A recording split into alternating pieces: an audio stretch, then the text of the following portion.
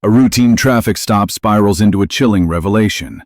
For these officers didn't just flag down any driver, they targeted the wrong woman. A black widow, cool as frost, sharp as a blade, wielding influence beyond their wildest dreams. They believed they held the power. They thought they could cow her, yet they were clueless that she's the mother of the town's most formidable figure. Now she's poised to unmask a corrupt system rotting for decades. This isn't merely one arrest. It's about heritage, justice, and a long overdue reckoning. Stay tuned. This climax will blindside you. Drop a comment. What time's on your clock? Where are you watching from? We're eager to hear. Past 10 p.m., Willow Grove, Vermont, slumbered. A place where ripples rarely stirred, at least not visibly. Fog cloaked the streets in eerie quiet. Street lights hummed faintly, casting golden pools on slick pavement, like silent sentinels. This was a neighborhood where porch lights winked out by 9 p.m., and neighbors swapped tools with trust. But tonight, a tremor was brewing to shatter that calm. A silver Lincoln sedan glided down Maple Lane. At the helm was Eleanor Thompson, a 68-year-old black woman whose poise exuded grace. She sat erect, hands firm on the wheel, though sorrow churned just below her composed surface. Eleanor had just left a vigil for her late husband, James, gone 1 week ago. 42 years of love, 3 children, a legacy of activism snuffed out.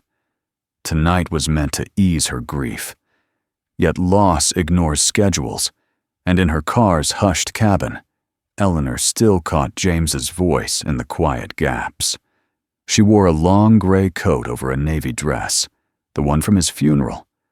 Her pearl earrings glinted with each streetlight's fleeting glow. Her snow-white hair was pinned in a neat bun. Eleanor carried the elegance of a woman who'd taught Sunday school, organized charity drives, and never once snapped in public, not even when provoked. Turning onto Cedar Drive, headlights flared in her rearview mirror. Too close. A police SUV, she noted. Of course she did. 7 decades as a black woman in America honed her instinct for scrutiny. She told herself it was routine, just a cruiser on the same route. No need to panic. Still, her fingers tightened on the wheel. She turned once, then again. The SUV shadowed her. By the 3rd turn, it was no mistake. Her pulse quickened. Not fear, but a weary recognition. She flicked on her hazards and eased the Lincoln to the curb under a sputtering street lamp. The SUV pulled up behind, its red-blue lights painting the street like a crime drama. Inside, Eleanor moved deliberately. She pulled her wallet and registration from her purse, placing them visibly on the passenger seat. Then she clasped her hands, breathing evenly, spine straight. She'd done no wrong, but innocence had never ensured her safety. The SUV's door thudded shut. Boots scraped wet concrete. A flashlight sliced the dark, skimming her trunk, then her rear window. A voice barked, cold and flat. "Driver, lower your window." Eleanor obeyed. The officer approached briskly. White, mid-30s, blonde ponytail, chiseled jaw, icy glare. Officer Sarah Bennett, known in Willow Grove for her ruthless streak. Her beam stabbed Eleanor's eyes. "License and registration." Eleanor gestured to the documents on the seat. "Right there, officer." Sarah didn't grab them immediately. She lingered, staring too long. "Why are you in this neighborhood tonight?" "I live here," Eleanor said, voice steady. 2 blocks away, coming from the vigil. Sarah's eyes narrowed. "Vigil? For my husband," Eleanor answered. "He died last week." A pause, a flicker of doubt behind the light. Then, "Those Georgia plates. When did you move here?" 3 months back, Eleanor replied, "to be near my son." Another pause, then the pivot. "Step out of the vehicle." Eleanor blinked. "Why's that necessary?" Sarah's tone hardened. "Ma'am, get out now."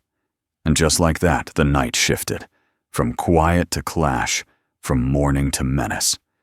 Across the street, behind a porch rail, retired firefighter Tom Hartley glanced up from his tea. He saw the lights, the stands, the edge, and knew.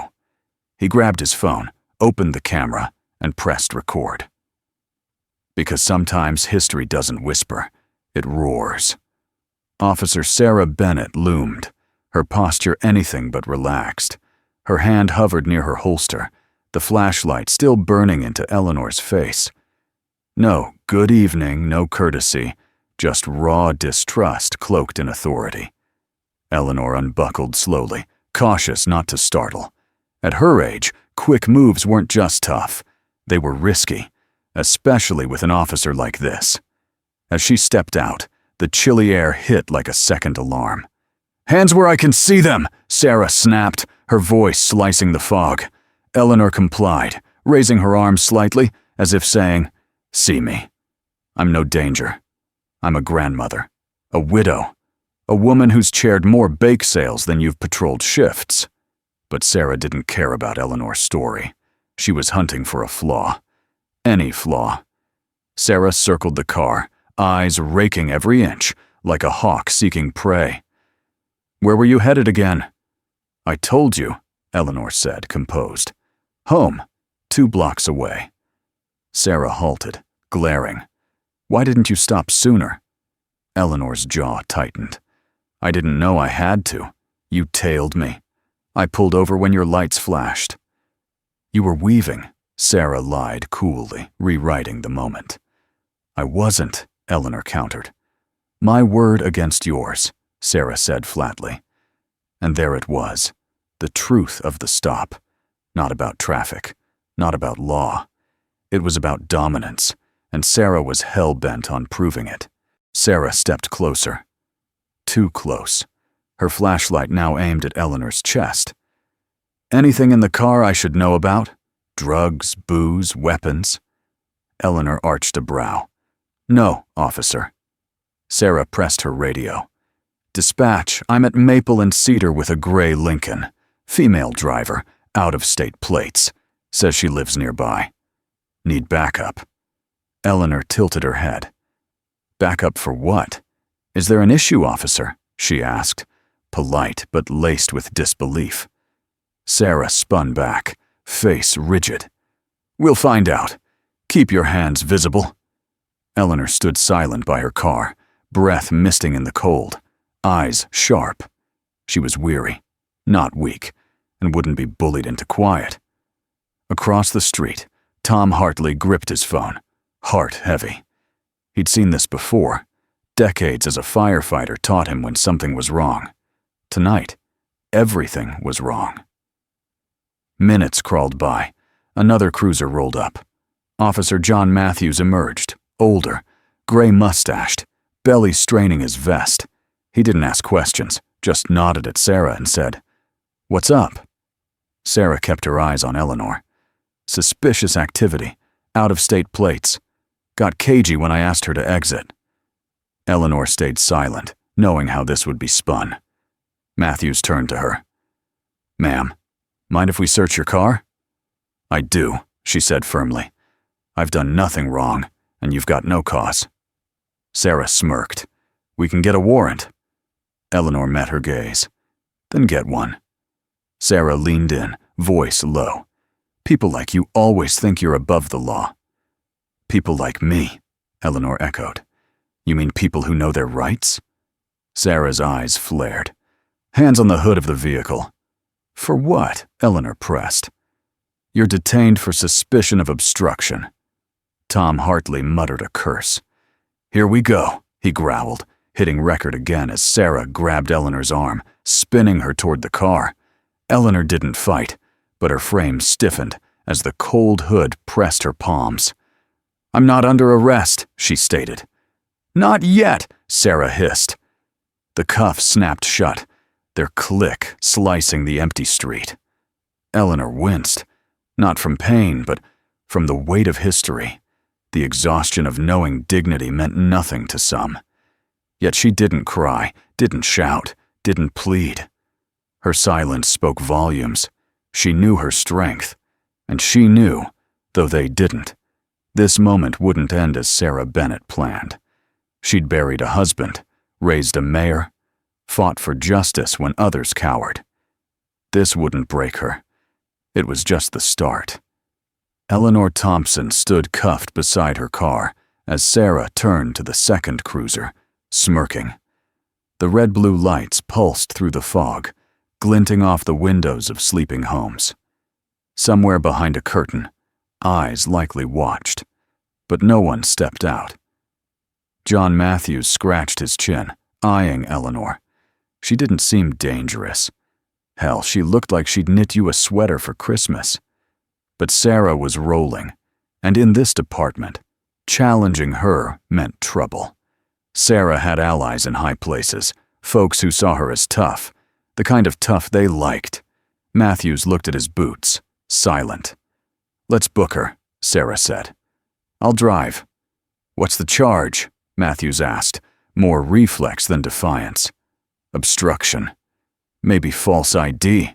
We'll figure it out at the station." He didn't push back, just nodded and turned away, like he was done with it. Sarah opened her cruiser's back door. "Watch your head." Eleanor didn't speak. She sat slowly, with all the dignity the cuffs allowed. The door slammed, its thud final, like a lock on something ancient.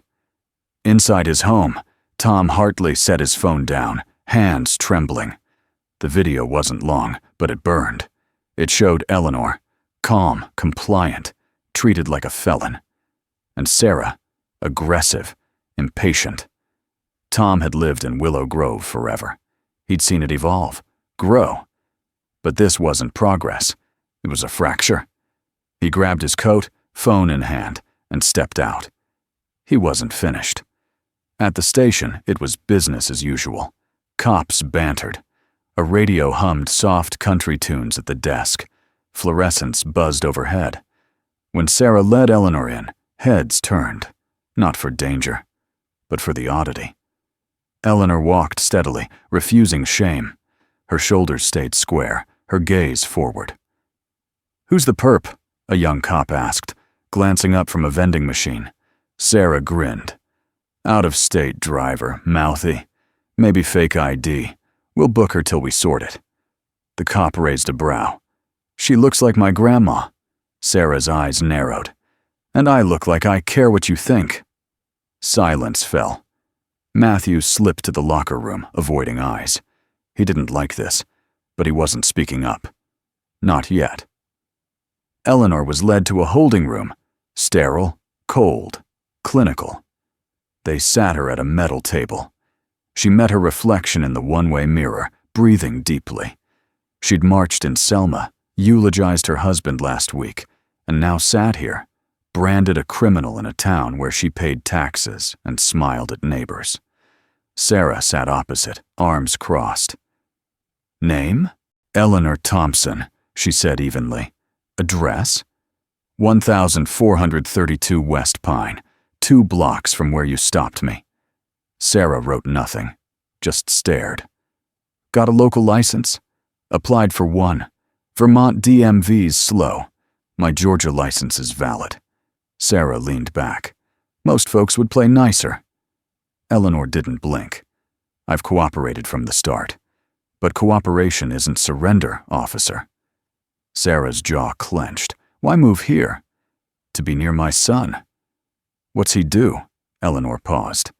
"City business." Not a lie, but not the answer Sarah wanted. In the holding room, Eleanor shifted on the hard bench. Her wrist stung faintly from the cuffs, but she ignored it. She'd faced worse. Worse than shame. Worse than arrogance in a badge. But tonight felt different. Maybe the timing. Maybe the cruel irony of being labeled a threat days after burying a man who fought this very abuse. She glanced at the mirror, wondering who watched. A rookie? A sergeant? No one? Just her reflection, dignified, tired, unbroken. Elsewhere in the station, Officer Michael Carter leaned against a wall as Tom's video ended. He'd expected routine, maybe exaggerated. But this was stark. Eleanor hadn't resisted, Hadn't snapped, hadn't even raised her voice. He turned to Tom. "Can I copy this?" "Hell, I was hoping you would," Tom said. "She didn't deserve that." Carter nodded, docking the phone to transfer. The file's weight settled in his gut. This wasn't an incident. It was a blaze, sparked by ego, fed by silence. The department had been here before. Carter stood outside Sergeant Daniels's office. Daniels, old school, gray-haired, gum-chewing, looked up. "I need you to watch this," Carter said, setting the phone down. Daniels viewed it, silent till the end. Then he leaned back, sighing deeply. "Done again?" Carter nodded. "And it's ugly." Daniels glanced at the door, the phone, then Carter. "If this leaks before command reviews, it's a PR nightmare." "With respect, Sarge," Carter said. "It already is." Meanwhile, Sarah returned to the holding room, posture stiffer, like control was her shield. "We'll verify your identity soon," she said curtly. "I told the truth," Eleanor replied, unshaken. Sarah didn't answer, just left. Eleanor sat alone. Then a phone rang. Not hers, not the station's. A private line in Chief Charles Whitaker's office. Whitaker answered, half asleep. "Whitaker." The voice was calm, commanding. "Mayor William Thompson, my mother's detained at your station. I demand answers now." Whitaker stiffened, gripping the phone. "What? Name again?" "Eleanor Thompson," William said. "Release her immediately." Whitaker's pulse raced. He knew that name, that voice, and soon, so would everyone. This wasn't just a stop anymore. It was headlines waiting to explode. The clock in Willow Grove's police station ticked steadily, but in Whitaker's office, time raced. His stomach churned as he hung up. Mayor William Thompson, a name heavy with clout, respect, and now rage. Whitaker stared at the phone like it stung him, then stood abruptly and stormed into the hall. "Where's Bennett?" he snapped at the desk sergeant. "Back, holding room 3, the sergeant replied. Whitaker didn't pause, his shoes pounding tile. The bullpen fell silent. Officers sensed the brewing tempest. In the holding area, Eleanor sat composed, hands in her lap, regal despite the setting. The door swung open. Whitaker entered, paused, then cleared his throat. "Mrs. Thompson, I'm Chief Whitaker. This'll be fixed immediately." Eleanor tilted her head. "I'd appreciate that." Whitaker turned to the guard. "Remove those cuffs now." The officer fumbled with keys. "Has she been read her rights?" Whitaker asked. "No, sir." "Good, because she doesn't belong here." Eleanor didn't smile, just nodded. As the cuffs fell, she rubbed her wrists silently. Out front, Carter showed Daniels the video again, his face taut. Daniels shifted, uneasy. "We need to log this officially." Carter met his eyes. "And tell the chief now." Daniels exhaled. "You're right." Whitaker reappeared with Eleanor beside him. Officers straightened, some shocked, some guilty. Whitaker turned to Carter. "Escort her to the lobby. Ensure she's comfortable during release." Carter nodded. "Yes, sir." Eleanor met his gaze, the first kindness she'd seen. He walked her down the hall, away from the chaos. In the lobby, Tom Hartley paced. Seeing Eleanor, upright, free, he stepped forward. "Ma'am, I saw it all. I recorded it. You were wronged." Eleanor nodded faintly. "Thank you, Mr. Hartley. Your voice may have changed things tonight." Carter glanced between them, a weight lifting. In Whitaker's office, Daniels handed over the phone. "Watch this." Whitaker viewed it, face shifting from confusion to dread. When it ended, he set the phone down. She didn't resist, didn't raise her voice. "No, sir," Daniels said. "Bennett cuffed her anyway." Whitaker's jaw tightened. "Where's Bennett?" "Locker room, I think. Get her to my office now." In the locker room, Sarah was changing when the text hit. "Chief wants you now." She rolled her eyes, muttered, and grabbed her jacket. Entering Whitaker's office, he didn't mince words. "Sit." Sarah crossed her arms. "What's this about?" "You detained Eleanor Thompson." "Yes, sir. She was evasive, non-compliant." "You arrested the mayor's mother." Sarah's arms fell. Whitaker's voice dropped. Lethal. "Did you check her ID? Verify anything before cuffing a grieving woman near her home?" Sarah stammered. "Out-of-state plates. She refused to search. That's cause." "No, it wasn't." Whitaker slammed his desk, the sound echoing. "You shamed this department.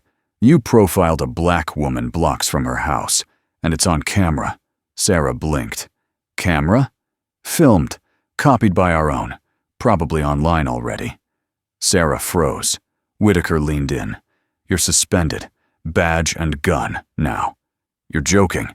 "I'm not." Sarah's face flushed. "Because of politics?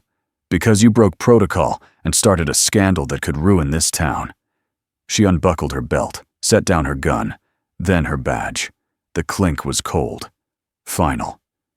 William Thompson stormed into the lobby, coat on, tie loose but sharp.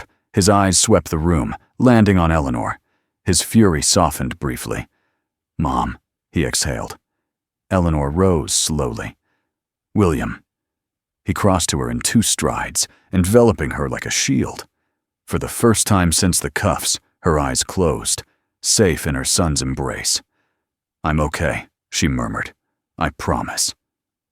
William didn't fully buy it, but nodded, jaw set. "Not one more minute here. Let's go." Carter nodded silently as they passed. William paused, meeting his eyes. "Thank you." The glass doors swung open into the night. Whitaker stayed in his office, staring at Sarah's badge. She was gone, but the chaos she'd ignited was just beginning. The mayor would speak, the town would rise, reporters would swarm, and every stop, every file would be exposed. He rubbed his temples, reached for the internal affairs line. Tonight would be long, tomorrow longer. By dawn, Willow Grove buzzed. The video hit local news, then national. Footage of Eleanor, poised, cuffed, facing Sarah's barked orders looped endlessly. Anchors called it shocking. Lawyers called it expected. Social media dubbed it Thompson Gate. Comments flooded in. Justice for Eleanor trended everywhere. Fury wasn't just about the video. It was what it revealed. Even in sleepy Willow Grove, a refined widow, a mayor's mother, could be seen as a threat. William stood at a podium by noon, aides and attorney beside him. Eleanor sat up front, calm but worn. He didn't hesitate. "Last night, my mother, Eleanor Thompson, was unjustly detained, humiliated by one of our officers. She was profiled, mishandled, stripped of respect in a moment that should never have happened. Not here, not now." Cameras flashed. "This isn't just my family's fight. It's every black mother treated like a suspect in her own town. Accountability starts today." His voice was firm, his pain raw. In her apartment, Sarah sat, blinds shut. Her badge and gun sat boxed on the counter. Her phone buzzed. Reporters, colleagues, union rep. The video played everywhere. She told herself, "I followed rules. I did my job." But her gut twisted. She shut off the TV, faced her mirror, and didn't recognize the woman staring back. The station crackled with tension. Half the staff whispered about the video. Half watched it, debating if Sarah overstepped or got caught. Carter sat at his desk, compiling notes from last night. He didn't care for gossip. He cared for truth, and it was brutal. Whitaker received an internal affairs letter. Investigators were coming, reviewing every stop, citation, complaint. Sarah was the focus, but Carter found more. A pattern. Unneeded escalations, dropped charges, complaints from Black and Latino residents, buried or ignored. Now, they'd see light. He'd already noted Anna Martinez, stopped thrice in 6 months by Sarah, No record, just a single mom. Carter dialed. Ms. Martinez, I'm Officer Carter. Can we talk about last fall's incident? Eleanor sat on her porch, sipping tea. The sun warmed, but the air held last night's chill. Reporters lingered down the block, respectful, but persistent. Calls poured in.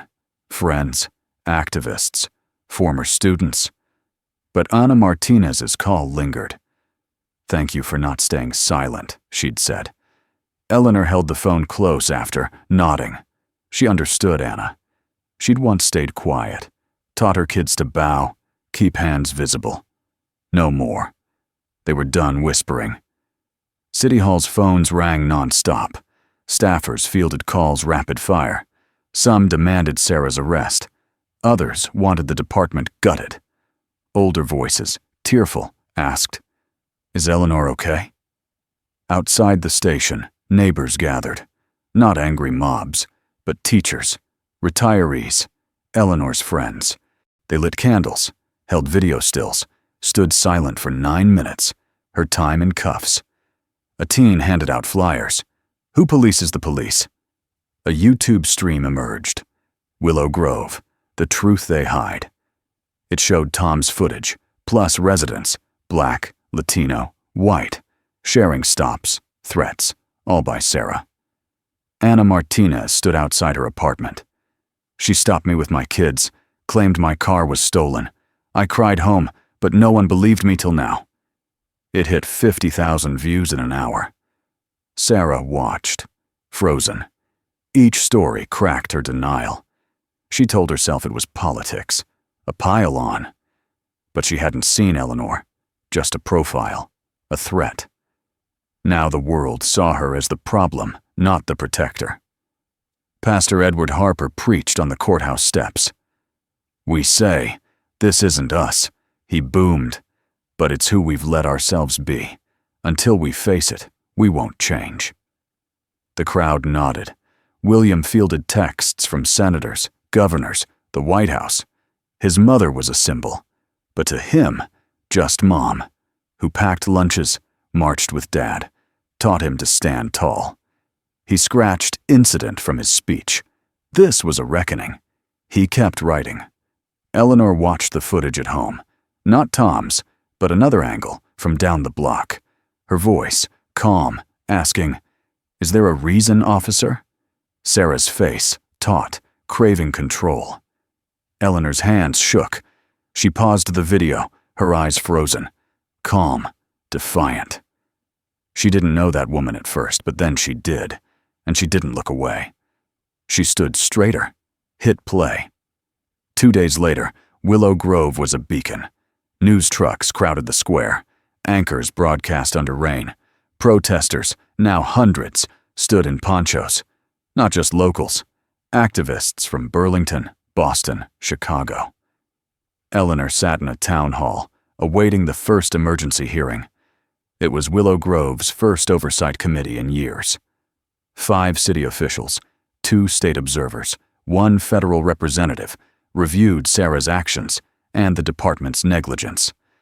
Eleanor hadn't meant to speak, but the chance outside changed her mind. Called to the stand, she rose. No notes, just truth. I was taught dignity, kindness, and law would keep me safe, she said. That night proved it false. Not for me, not for women like me, not even near home. Silence gripped the room. Bennett didn't see a woman, she saw a threat. And worse, she acted like the system gave her permission. Cameras didn't shake her. I don't want pity, I want accountability. If you think this stops with me, you're not listening. Applause grew, then thundered. A standing ovation. Outside, William watched on his phone, awed. His mother never sought fame, yet commanded it with unmatched strength. The station was chaos. Internal affairs arrived, pulling files, interviewing officers. Whispers filled halls. Some cops cleared desks. Others avoided Carter, who now walked with quiet resolve. He'd spoken to 3 residents. Same story. Baseless stops, empty citations, threats for questions. all named Sarah. Carter pushed for body cam audits, every stop under her badge, unsealed complaints. The pattern sharpened. The next hearing would tackle systemic flaws, and Eleanor wouldn't be alone. William returned to his office, aides and a state attorney beside him, reviewing hidden reports. 10 sealed complaints, 7 against minorities, 5 dismissed, all Sarah's. "What's her defense?" the attorney asked. William didn't look up. She trusted her gut. He dropped the file. Gut doesn't trump policy or decency. Carter sat with Henry Coleman, a black man, 40 years in town. No record. 3 months ago, Sarah stopped him post-fishing. "Said I didn't signal," Henry said. "I did. She just didn't like me in that truck." Carter asked, "Did she threaten you?" Henry nodded. "Said she could impound it. Said I was lucky she was feeling nice." Carter scribed every word. In another office, investigator Laura Peterson reviewed body cam logs. Most were routine, but Sarah's stood out. One clip, she told a Latino driver, "You don't ask questions, you obey, or I find a reason for cuffs." Peterson turned to her colleague. "This isn't one mistake. It's a pattern, a system that propped her up, maybe others too." Eleanor found dozens of letters on her porch, handwritten, typed, from strangers. One read, "I saw my mother in your eyes. Thank you for standing." Another, "You showed us grace." She read them at her kitchen table as light dimmed. A knock came. Anna Martinez, holding cookies, stood shyly. "Just wanted to say thank you." Eleanor smiled, opened the door. "Come in." 2 women, 2 eras, 2 survivors, sharing a quiet kitchen in a town forced to hear. Across the street, Tom Hartley filmed. Not for fame, but for history. Because Willow Grove was reborn. That night, Eleanor sat on her porch, blanket over her lap, cicadas humming. Her tea was cold, but she stayed, planning. Tomorrow she'd speak again. For Anna, Henry, every soul under flashing lights. This time, she'd demand the stage. The second hearing crackled with tension, reporters shifting restlessly. The crowd doubled, spilling into a courtyard where screens streamed live. Chairs, thermoses, umbrellas, kids on laps. Everyone watched. Eleanor sat up front, flanked by Anna Martinez, hands clasped, and Henry Coleman, dignified in a worn blazer. Carter testified first, silencing the room. "I joined to protect, serve," he said, but these weeks showed neither. He listed sealed complaints, missing footage, baseless citations. The system failed, quietly. No applause, just heavy silence. Then residents spoke. Anna's voice shook. "She stopped me before my kids, yelled when I asked why. My daughter asks why police hate us." Henry's voice rang clear. "I followed orders, still got threatened. What's left for us?" Tom Hartley closed, unexpected. He held his phone, cap tucked back. 61 years here, he said. Firefighter, coach, never shaken like that night. He raised the phone. "I filmed because I knew no one would believe her. This isn't how we treat folks. Not anymore." Silence spoke louder than words. The chair leaned in. "We've heard, seen the footage. Now we act." The hearing recessed. Outside, the town held its breath. Lawyers, veterans, activists, even off-duty cops stood together. News interviewed an elderly woman. "We've seen this before, but now it won't fade." Eleanor squeezed Anna's hand. No words needed. Whitaker watched alone, arms crossed. His silence cost him, but speaking risked more. He didn't know the tide's direction, only its force. The committee returned. The chair, from the state AG's office, spoke. "Based on testimony, Carter's documents, and ignored complaints, we recommend 1. Terminate Sarah Bennett. Refer her for civil rights charges." Murmurs rose. 2. Audit internal affairs. Open all sealed files back 10 years. 3. Form a civilian review board, appointed by the mayor, approved by council. The crowd roared. Outside, cheers spilled, bells rang, cars honked. Willow Grove felt alive, changing.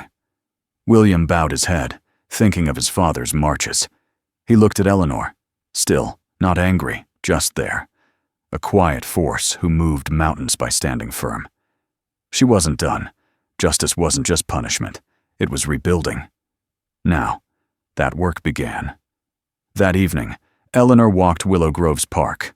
Folks stopped her, young, old, white, black. Some thanked her quietly, others nodded, eyes deep with respect. She reached the garden, a plaque reading, "For those who fought without glory," funded by her husband's first victory. She hadn't visited in years. Tonight, she did. She sat beside it, gazing at stars. No cameras, just quiet. The shame, fear, years of caution. Gone. She thought of the civilian board, probes. Good, but not enough. Eleanor never sought to be a symbol, but now she'd wield it, for every silenced voice. The fight wasn't over, but it had truly begun. 3 weeks later, the world moved on. But Willow Grove didn't. Sarah faced state charges, unlawful detention, abuse, profiling. Her lawyer claimed protocol.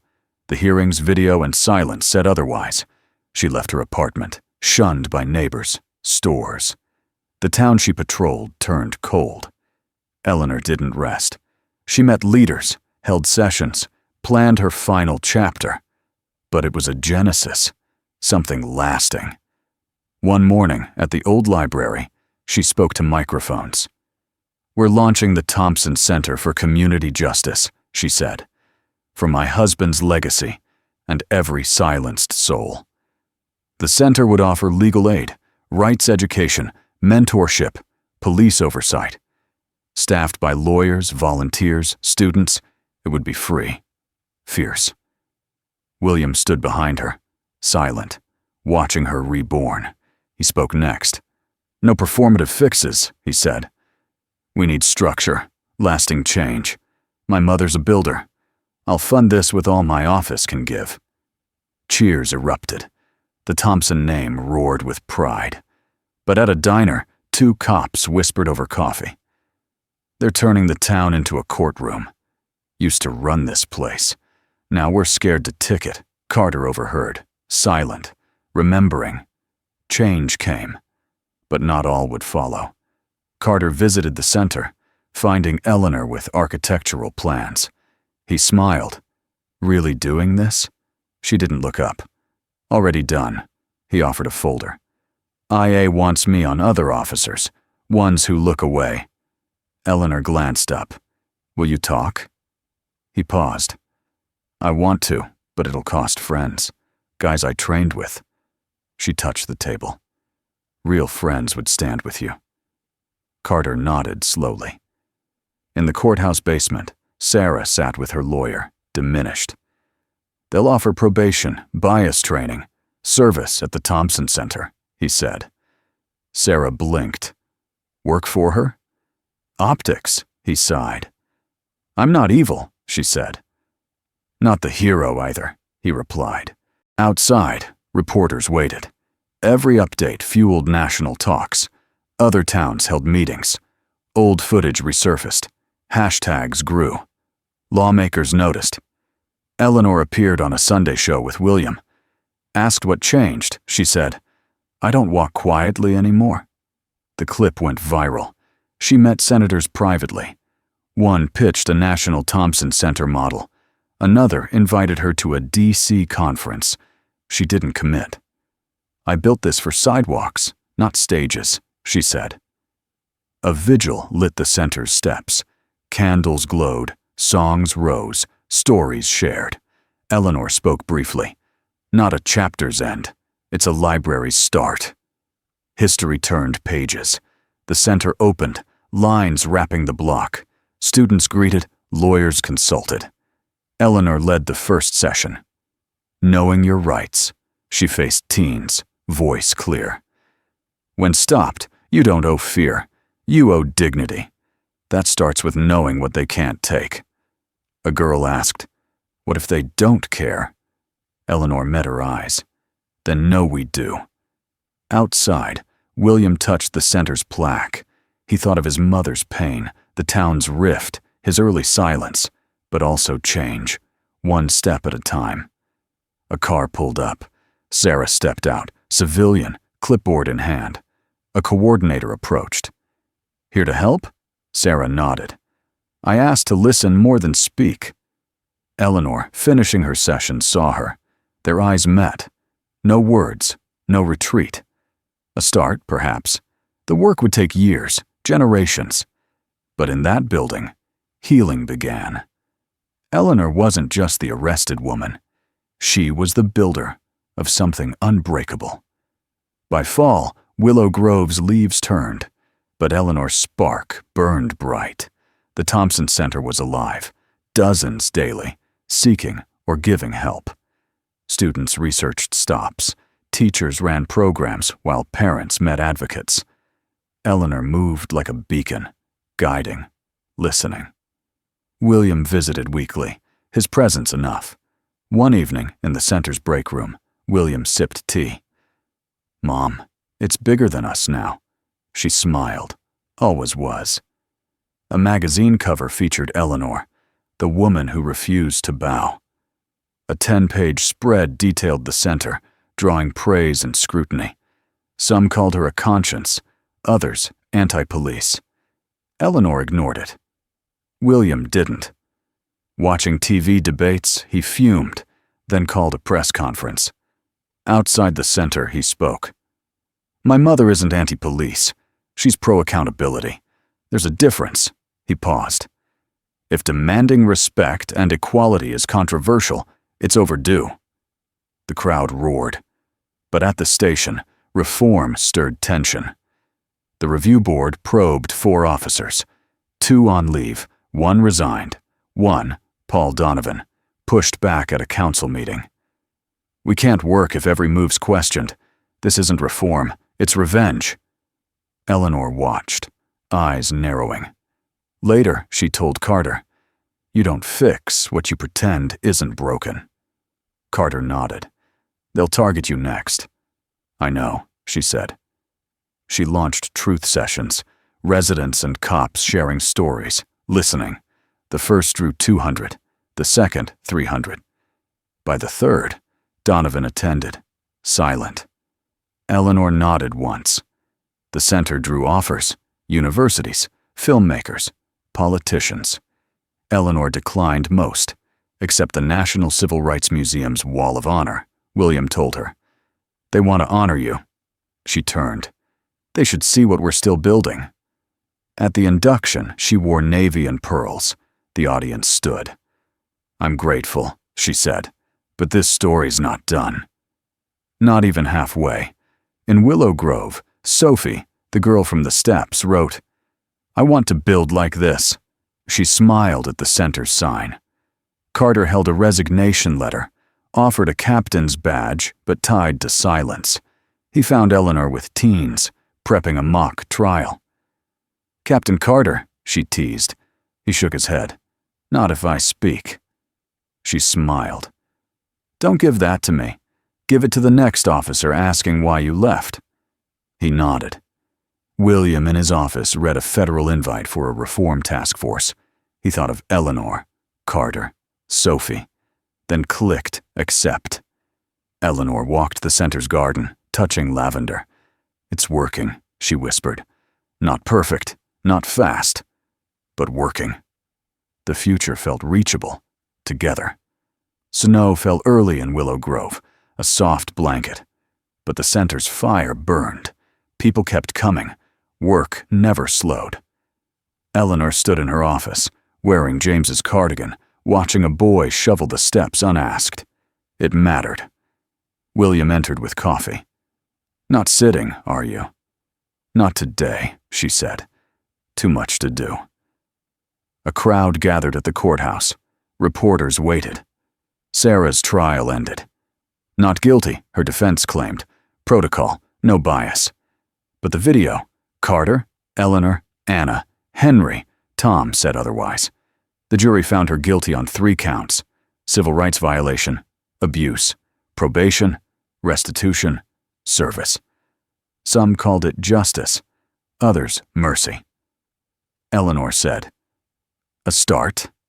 Asked how she felt, she said. Held accountable. That's all I asked.